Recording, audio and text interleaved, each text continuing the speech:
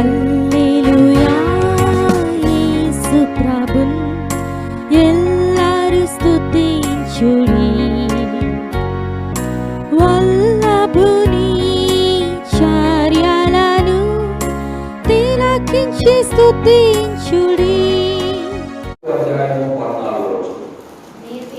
రేపేమి సంభవించునో మీకు తెలియదు. మీ జీవన మీరు అందులో తండ్రి నీ వందనాలు చెల్లిస్తున్నా. చదవబడిన వాక్కు మాకు ఆశీర్వాదకరంగా చేసి నాతో మాతో అందరితో మీరు మాట్లాడమని యేసుక్రీస్తు వారి నామములో ప్రార్థిస్తున్నాను తండ్రి. ఆమేన్. దేవుని వాక్యములో మీ జీవము ఏర్పాటిది అని చదువుతున్నా. మానవుని యొక్క బ్రతుకు ఏర్పాటిది. అది అంతలో కనబడి అంతలో మాయమయ్యే ఆవిరి వంటిది.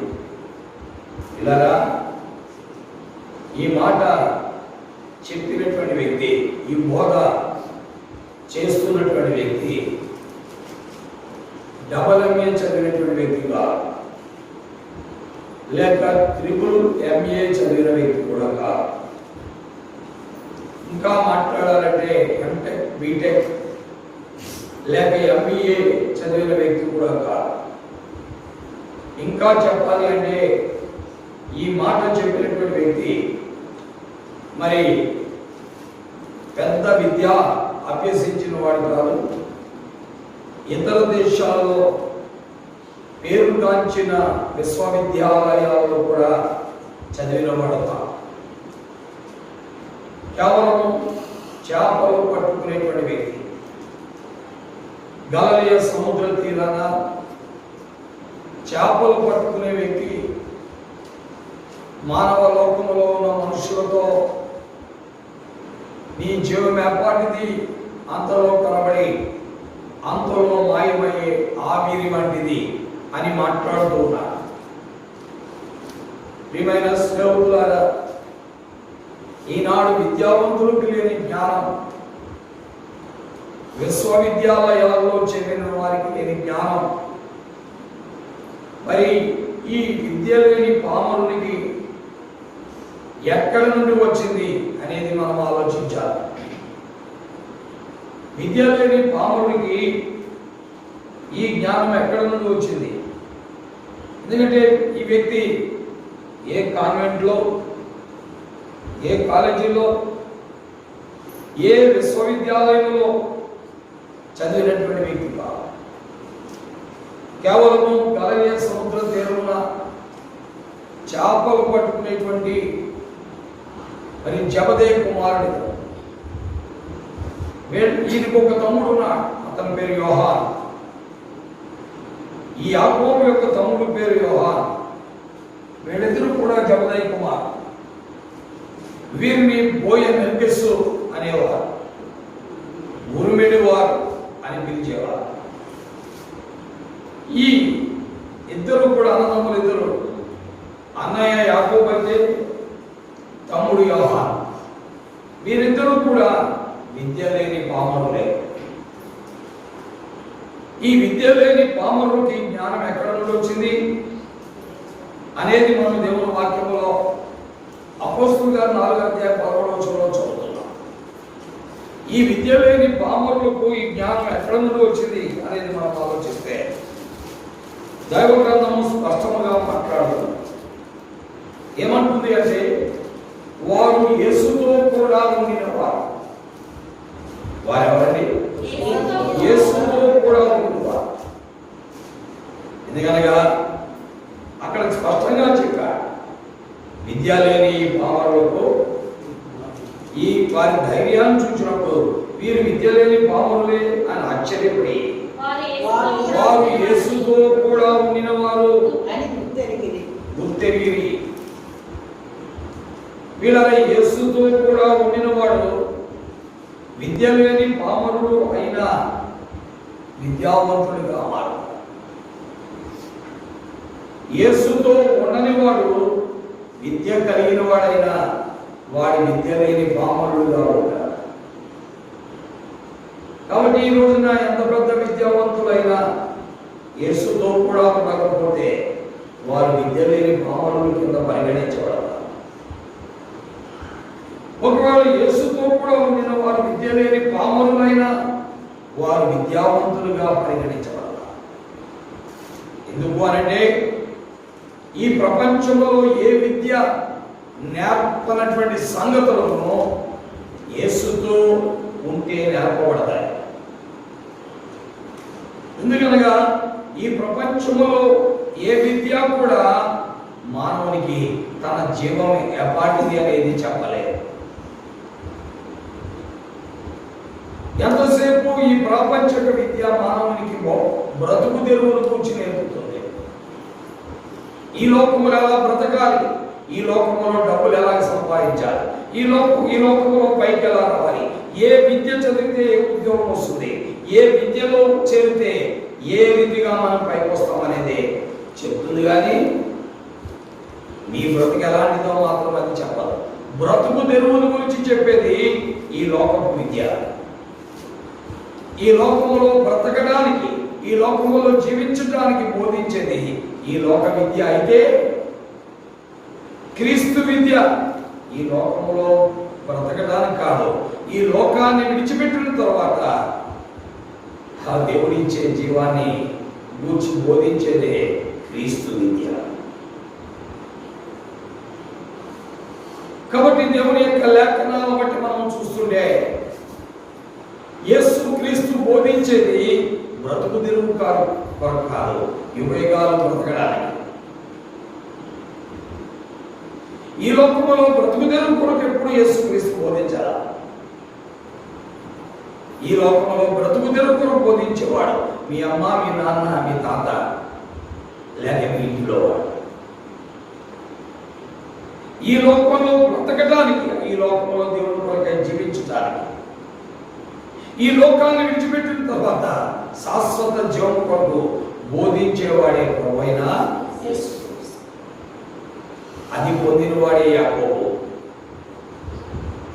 అందుకనే యాకోబు ఏమంటున్నాడంటే మీ జీవము ఏపాటి, అంతలో కనబడంతలో మాయిందే ఆవిరి. ఇలాంటి ఆవిరితో కూడిన జీవితమును శాశ్వత జీవితముగా మార్చడానికి ఈ లోకంలోకి వచ్చిన వాడే ప్రభువైన యేసు. ఈ శాశ్వత జీవము నీకు ఇవ్వాలంటే ఆయన సిలువకి ఎక్కాడు. సిలువ ద్వారానే శాశ్వత జీవం దొరుకుతుంది. సిలువ ద్వారానే నిత్య జీవం దొరుకుతుంది. సిలువ ద్వారానే నిత్యమైనటువంటి జీవితం మానవునికి ఆపాదించబడుతుంది. కాబట్టి సిలువ దగ్గరికి ఒక వ్యక్తి వస్తేనే అంతలో కనబడి అంతలో మాయమయ్యే ఆవిరి వంటి వాడు ఓ శాశ్వత జీవాన్ని పొందుతాడు. కానీ ఈనాడు మానవుడు సిలువ దగ్గరికి రాలేని వాడి దగ్గర, సిలువ దగ్గరికి వచ్చినటువంటి వ్యక్తి నిజముగా శాశ్వత జ్ఞానాన్ని పొంది నిత్య జీవం అనేటువంటి అనుభవంలోకి వస్తాడు. దేవుని వాక్యం వింటున్న పిల్లలు, ఇది చాలా సత్యము. దేవుని వాక్యంలో మనకు బోధించే సత్యం ఇదే. కానీ ఈనాడు మనం దాన్ని స్వీకరించడానికి ఖచ్చితంగా ఎక్కడికి రావాలి? సిలువ దగ్గరికి రావాలి. సిలువ దగ్గరికి వస్తేనే నీ జీవము, తాత్కాలిక జీవము శాశ్వత జీవముగా మార్చబడదు. నీ జీవము అంతలో కనబడి అంతలో మాయమయ్యే ఆవిరి. అది శాశ్వత జీవముగా మార్చబడాలి అంటే నీవు సిలువ దగ్గరికి, సిలువ వేయబడిన యేసుక్రీస్తు దగ్గరికి వేయాలి. యేసుక్రీస్తు సిలువ వేయబడింది ఎందుకు అంటే తాత్కాలిక జీవితాన్ని శాశ్వత జీవితముగా మార్చుతాడు. అంతలో కనబడి అంతలో మాయమయ్యే ఆవిరి వంటి జీవితాన్ని నిత్య జీవితముగా మార్చడానికి యేసుక్రీస్తు శిలువకి అపవాది ఏమనుకున్నాడంటే యేసుక్రీస్తును శిలువ వేయటం అంటే నేను గెలిచాను, యేసుక్రీస్తు ఓడిపోయాడు అనుకున్నాడు. కానీ యేసుక్రీస్తు గెలిచాడు, అపవాది ఓడిపోయాడనే విషయం అపవాదికి తెలియలేదు. ఎందుకంటే శిలువ మరణము ద్వారా అపవాదిని ఏం చేశాడు? ఓడించాడు. శిలువ మరణము ద్వారా అపవాది యొక్క కోరలను విరిచాడు. శిలువ మరణము ద్వారా వాడి యొక్క బలాన్ని ఏం చేశాడు? నిరాయుధుడిగా. పిల్లరా, అంతలో కనబడే అంతలో మాయమయ్యే ఆవిరితో కూడిన జీవితం కలిగిన ఏ మానవుడైనా సరే నిత్య జీవితము, నిత్య జీవము, శాశ్వత జీవము పొందాలంటే శిలువ వేయబడిన యేసుక్రీస్తు దగ్గరికి ఏం చేయాలి? అందుకే ఒకడు పాడాడు, నీ శిలువే నాకు శరణం యేసు. అందుకనే భక్తుడు పాడుతున్నాడు, శిలువ యందే నిత్య జీవము, శిలువ యందే నిత్య శాంతి. నేను కాదు అనుకో. మీ అంత చదవరైనా ఆ శిలువ దగ్గరికి రావాలి. దైవజనుడైన అపోస్తలుడైన పౌలు అలాగే ఆ శిలువ దగ్గరికి వచ్చాడు. అందుకే తను తాను ఉపేక్షించుకొని, తను తాను తగ్గించుకొని ఆ శిలువ దగ్గరికి అపోస్తలుడైన పౌలు వచ్చాడు. కాబట్టి గలతీ 2:20 అన్నాడు. ఏమన్నా అంటే, నేను క్రీస్తుతో కూడా శిలువ వేయబడి ఉన్నాను, ఇకను జీవించేవాడను. అన్నిటికీ నేను శిలువ వేయబడ్డా, కొన్నిటికి కాదు, అన్నిటికీ నేను శిలువ వేయబడ్డా. అన్నిటికీ నేను శిలువలో నన్ను నేను అప్పగించుకున్నా, నన్ను నేను ఉపేక్షించుకున్నా, నన్ను నేను తగ్గించుకున్నా. నేను క్రీస్తుతో కూడా ఏమయ్యా? 2:20 నేను క్రీస్తుతో కూడా సిలువ వేయబడి ఉన్నాను, ఇకను జీవించువాడు నేను కాదు. నేను క్రీస్తు కలిసి అన్నిటికీ సిలువ వేయబడిపోయాను, కొన్నిటికి కాదు, అన్నిటికీ నన్ను నేను ఏం చేశానండి? సిలువ వేసుకున్నా. ఇకను జీవించువాడను నేను కాదు, క్రీస్తే నాయన జీవించుచున్నాడు. నీకు నిత్య జీవం కావాలంటే ప్రభువైన యేసుక్రీస్తు దగ్గరికి రావాలి. శాశ్వత జీవం కావాలంటే ప్రభువైన యేసుక్రీస్తు దగ్గరికి రావాలి. ఆ సిలువే ఈనాడు మానవ లోకంలో జీవిస్తున్న ప్రతి వ్యక్తికి కూడా ఏంటంటే ఆధారం. ఆ శిలువ దగ్గరకు వచ్చినటువంటి వాడికి తాత్కాలిక జీవితం నుండి శాశ్వత జీవితానికి వస్తాడు. ఆ శిలువ దగ్గరకు వచ్చినటువంటి వాడు మరణ నియమం నుండి జీవంలోకి వెళ్తాడు. ఆ శిలువ దగ్గరకు వచ్చిన వాడు నిత్య జీవితాన్ని అనుభవిస్తాడు. కానీ కాబట్టి దేవుని వాక్యం విలారా, మన జీవితాల్లో మనం ఎవరిపైనా ఆ క్రీస్తు దగ్గరకు వచ్చుట ద్వారా ఈ భాగ్యమును మనం అనుభవించాలి. ఈ భాగ్యమును నువ్వు పొందాలి అంటే నిన్ను నువ్వు ఉపేక్షించుకొని క్రీస్తు దగ్గరికి ఏం చేయాలి? సిలువ వేయబడిన క్రీస్తు దగ్గరికి రావాలి. తప్పక ఈ భాగ్యం ఉంది. అలాగ అనేక మంది వచ్చారు దైవకరం, అలా విద్యావంతులు వచ్చారు, వారు భాగ్యాన్ని పొందారు. విద్య లేని పామురులైన యాకోబు లాంటి వారు వచ్చారు, వారు భాగ్యవంతులయ్యారు. కాబట్టి పిల్లరా, నీవు భాగ్యవంతులు కావాలి అంటే ఖచ్చితంగా ప్రభువైన యేసుక్రీస్తు శిలువ దగ్గరికి రావాలి. భాగ్యవంతులు అంటే వెంటనే రేపే నువ్వు మరి 70,000తో 3 గేదెలు కొంటావు అంటారు. ఆ భాగ్యం కాదు, ఇది లోక సంబంధమైన భాగ్యం కాదు, ఆత్మ సంబంధమైన భాగ్యం. ఇది లోక సంబంధమైన భాగ్యం కాదు, ఆత్మ సంబంధమైన భాగ్యం. ఇది నిత్య జీవంతో కూడిన భాగ్యం. నిత్య శాంతితో కూడిన భాగ్యము, శాశ్వత జీవంతో కూడినటువంటి భాగ్యం. అందుకనే ఆ దైవజనుడని యాకోబు మాట్లాడుతూ 2వ అధ్యాయంలో వారిని భాగ్యవంతులుగా ఎంచమని అన్నాడు. ఏమన్నాడు చదవండి దేవుని వాక్యంలో. నా ప్రియులారా ఆలకించుడి. 5వ వచనం. ఈ లోక విషయంలో దరిద్రులైన వారిని విశ్వాసమందు భాగ్యవంతులుగాను,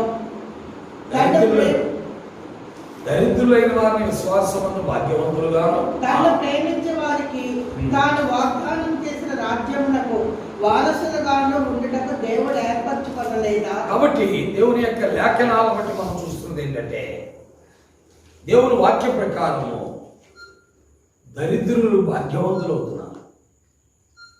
శిలువ దగ్గరికి వచ్చి, అమ్మా నువ్వు భాగ్యవంతుడు కావాలని శిలువ దగ్గరికి రావాల్సి. అందుకనే ఆ ధనవంతుడు దరిద్రుడిగా ఉన్నాడు, ఆ దరిద్రుడు భాగ్యవంతుడయ్యాడు. ఆ దరిద్రుడు శిలువ దగ్గరికి వచ్చి భాగ్యవంతుడిగా మారి అబ్రహాము రొమ్మున అనుకుంటే, ఆ ధనవంతుడు దరిద్రుడిగా పాతాళంలో యాతన. కారణం ఏంటంటే, శిలువ దగ్గర అంతలో కనబడ అంతలో మాయమయ్యే జీవము నిత్య జీవముగా, శాశ్వత జీవముగా మారుతుంది.